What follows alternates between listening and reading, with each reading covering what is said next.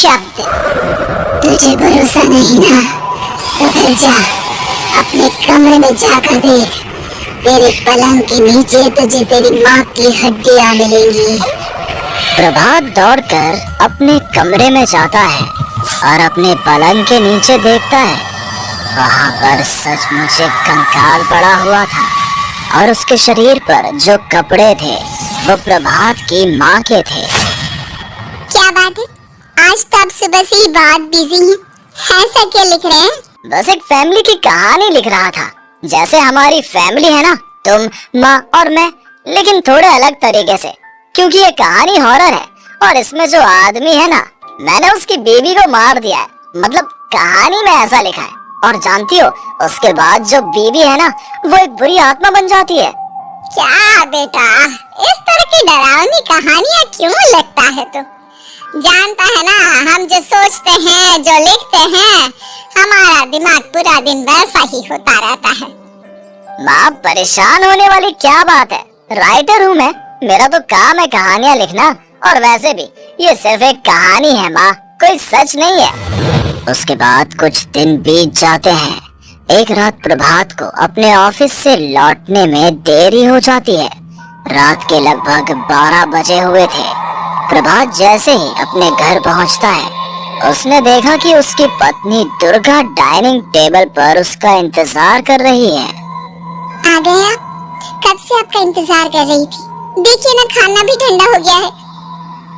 अरे दुर्गा, आज तुमने अपने इतने लंबे लंबे बालों को खोलकर क्यों रखा है? तुम तो हमेशा अपने बाल बांध कर रखती हो। क्या है ना प्रभात, जब इंसान अपनी जिंदगी से मुक्त हो जाता है ना, तो उसे दूसरे सारे बंधन खोल देने चाहिए। इसलिए मैंने अपने बालों के बंधन भी खोल दिए। ये तुम किस तरह की बातें कर रही हो? तुम ठीक तो हो? मैं बिल्कुल ठीक हूँ प्रभात। अच्छा चलो खाना खाओ। वो क्या है ना दुर्गा, मुझे भूख नहीं है। ऑफिस में कुछ खा लिया था। कोई बात नहीं, मैं तुम्हारे लिए एप्पल काट देती हूँ, एप्पल खा लो। नहीं दुर्गा, मुझे नहीं खाना है, मेरा मन नहीं है यार। तभी अचानक से दुर्गा अपने हाथ में एक बड़ा सा चाकू लेकर प्रभात पर हमला कर देती है। प्रभात अपने आप को बचाने की कोशिश करता है। आज मैं तुझे नहीं छोड़ूंगी, तुझे अपने साथ लेकर जाऊंगी अपनी दुनिया में। ये क्या बोल रही हो तुम? तुम्हारा दिमाग खराब हो गया है। आखिर तुम हो कौन? दुर्गा अपनी गर्दन टेढ़ी करते हुए बोलती है। मैं दुर्गा हूँ, तुम्हारी पत्नी। ध्यान से देखो मेरी आंखों में।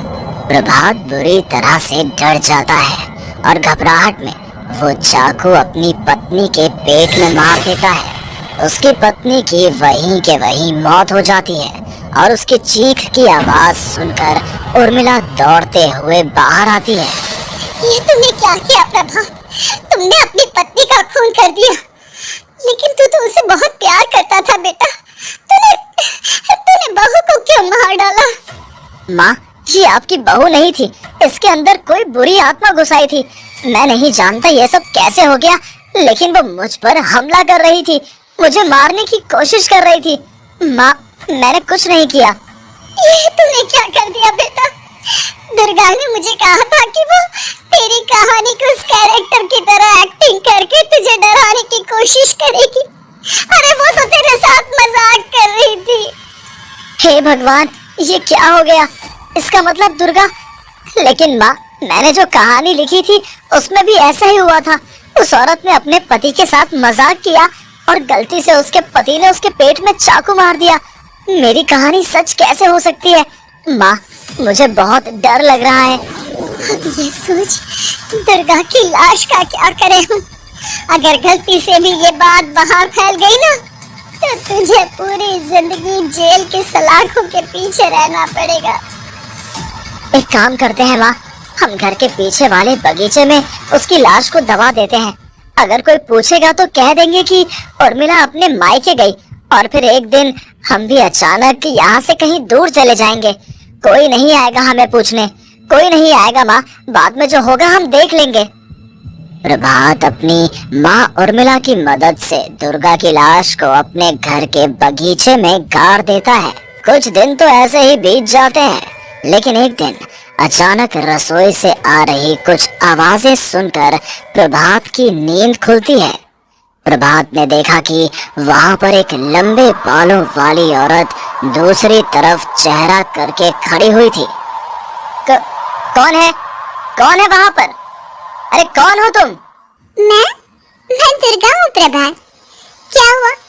मुझसे इस तरह के सवाल क्यों कर रहे हो तुम? तुम दुर्गा नहीं हो सकती। दुर्गा तो प्रभात, मैं तुम्हारी पत्नी हूँ। तुम मुझे कैसे भूल सकते हो? 4 दिन के लिए मायके क्या चली गई? तुम तो मुझे भूल ही गए। अब अगली बार ना मैं कहीं नहीं जाऊंगी। पता चला तुमने तो मुझे पहचानने से ही इनकार कर दिया। नहीं, तुम दुर्गा नहीं हो सकती। तुम दुर्गा हो ही नहीं सकती। मैं जानता हूँ ये सब क्या हो रहा है। मैंने अपनी कहानी में लिखा था कि उस आदमी की पत्नी की मौत के बाद एक बुरी आत्मा उसका रूप लेकर उसके घर में आ जाती है। तुम वही हो ना? और अचानक से खूबसूरत दुर्गा का चेहरा काला पड़ जाता है। उसकी आंखें लाल हो जाती हैं और पूरे शरीर पर बाल, लंबे नुकीले नाखून, उसके दोनों पैर उल्टे हो जाते हैं।